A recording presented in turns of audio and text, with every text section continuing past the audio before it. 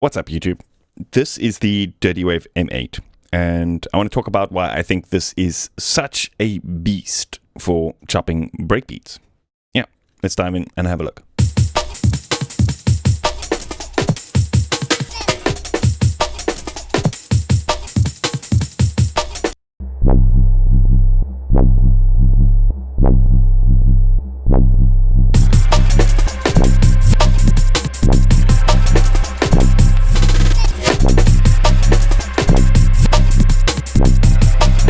Okay, so here in the M8, I've opened up a brand new project and I've just added a sample instrument. I'm loading up the Think break, which is a pretty famous break. This particular one is from the 0G Jungle Warfare sample pack, but there's various different ones.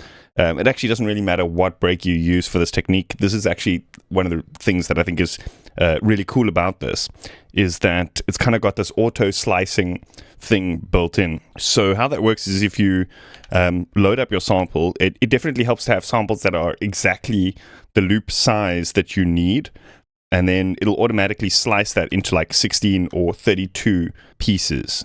You can actually set it to different numbers as well, but it's just easy that it's like kind of like 16, 32, etc., with shift up and down, and then left or right are like kind of more individual chops.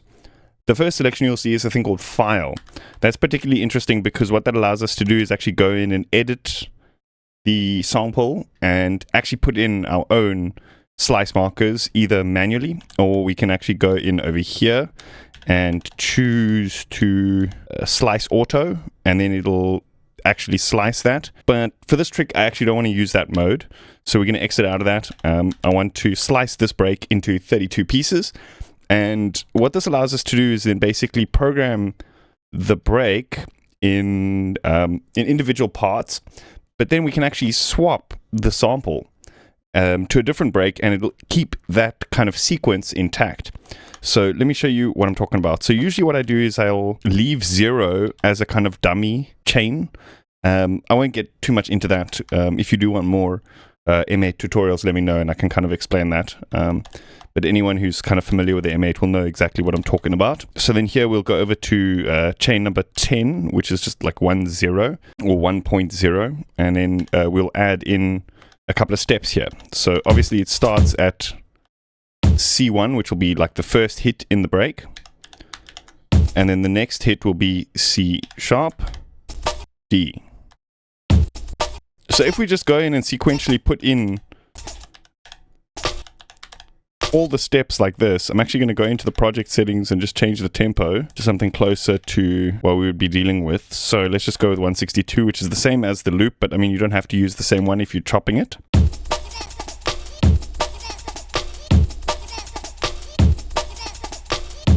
I'll usually go into the mixer and we'll just add in a little bit of limiter that basically just slams the volume out a little bit to give you some more kind of a louder sound. Okay, so going back to what I'm talking about, if we go in and just create like a kind of variation on the break here. So let's just say we want 2 kicks. And then another cool thing I like to do is to select a couple of lines. So let's just say like 3 lines, copy those, and then paste it like that.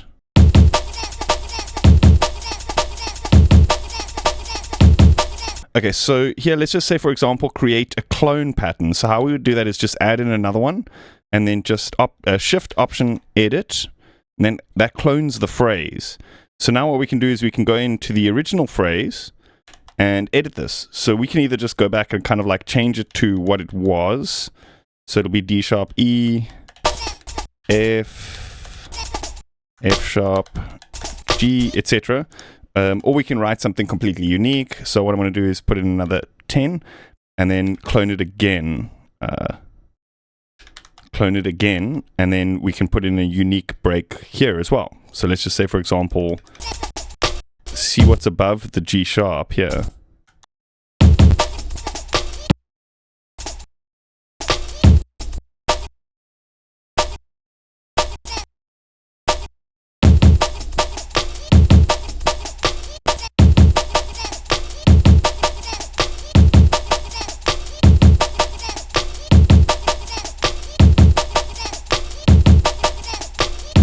Okay, so once we have this pattern, which is made up of the 4 chains, we can actually go back to the chain view and play it, or just the live view. Or if you're in the phrase view, you can just press shift play and it'll play the entire song.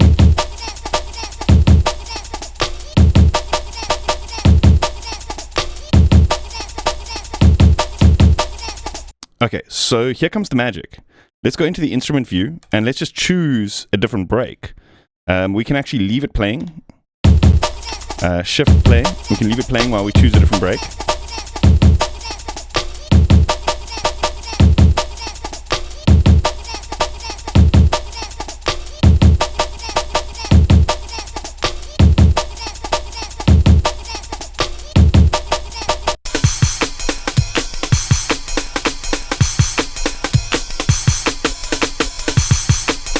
And you see how it keeps that sequence intact? It just loads a different sample into the sampler.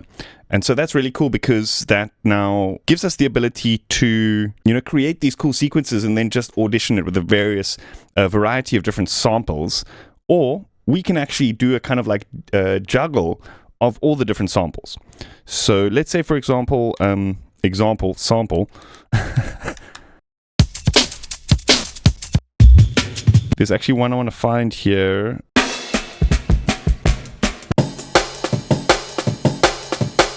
That's a nice one.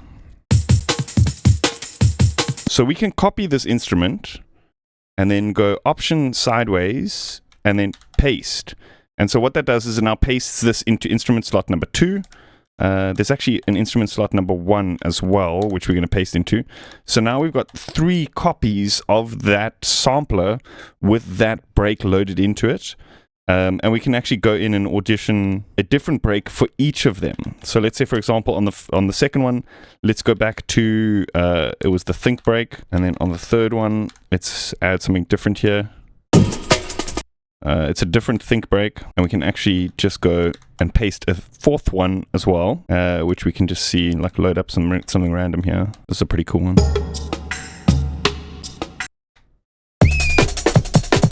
Okay, so each one now has got that automatic slicing, so they're all sliced to the particular beat, right?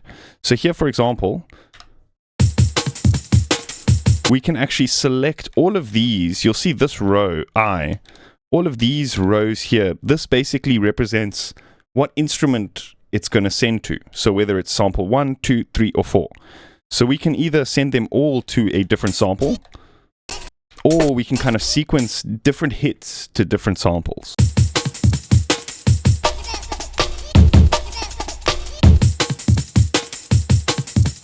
So usually what I do is I see, like, okay, which one has the best kicks, which one has the best snares, and the best kind of like other sounds. Do you know what I mean?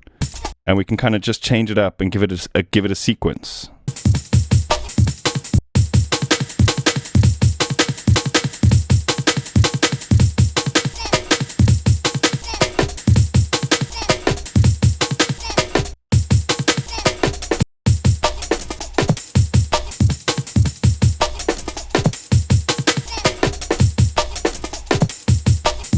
Now we're only just scratching the surface of the kind of like granular sequencing approach that we can kind of do with these kind of more tracker interfaces. One of the really cool things that we can do is we can change the play mode per step.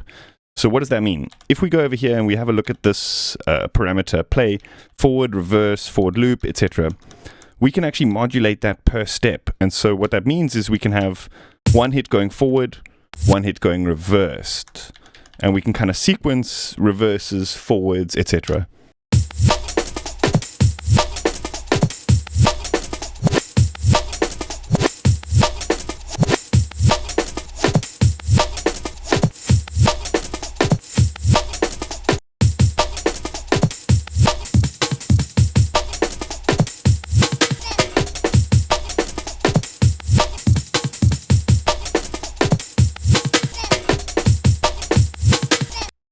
Okay, so the other cool thing is forward, reverse, loops. So what this is basically tied to the length parameter over here. So if we jump back to this phrase window, this means that we can actually trigger loops and we can also then modulate the length of the loop. So that's a cool thing. Rather than going into the modulation and trying to find whatever it is that you're looking for, you can just go to the window, and whatever the last parameter is that you're selected, it's going to modulate that if you add a new parameter in the phrase window, which is pretty cool. So we can modulate this downwards.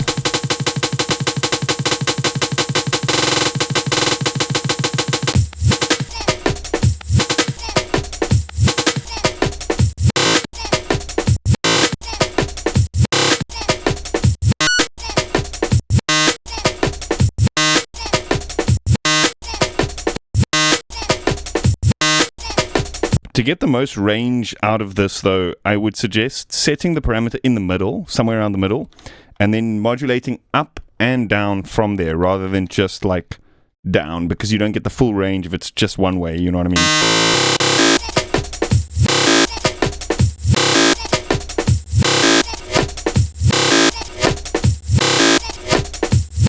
And if those hits are too loud, we've actually got like a volume parameter for each hit that's actually just like automatically built in there.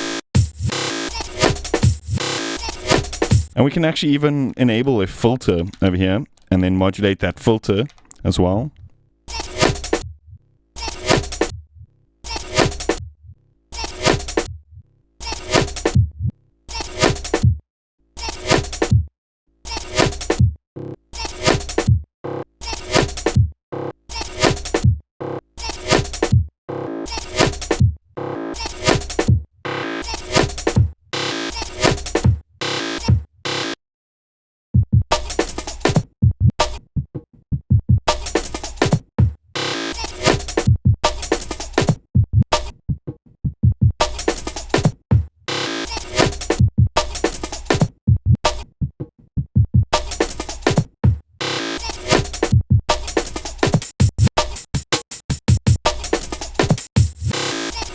So usually what I'll do is I'll just make like a bunch of variations of that.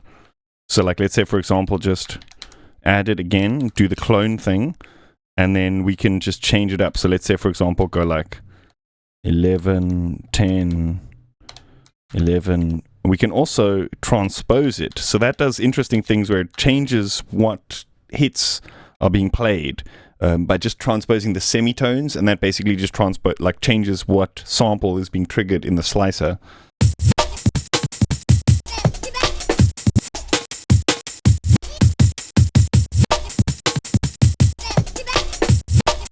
So with these, what we could do is say like do 10 3 times and then do 11.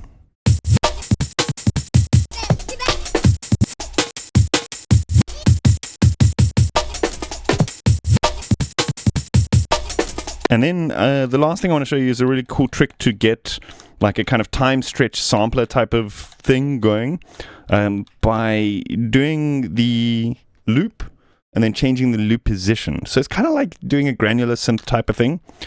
For this, I'm just going to grab a vocal chop. Let's do the good old R. And so with this,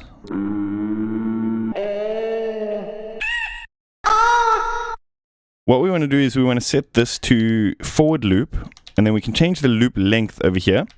And so it's just going to play like that first little kind of sample of the sample, and then it's just going to loop that over and over again.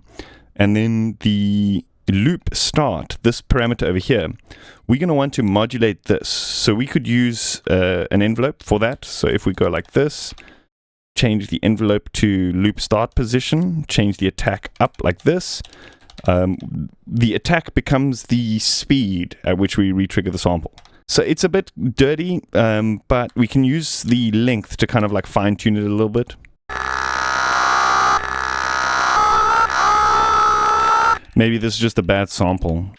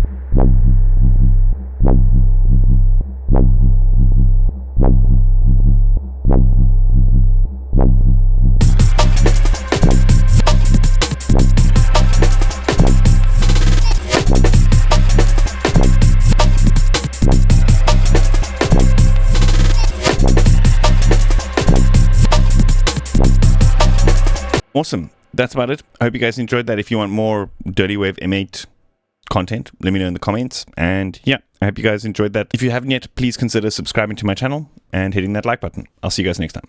Cheers.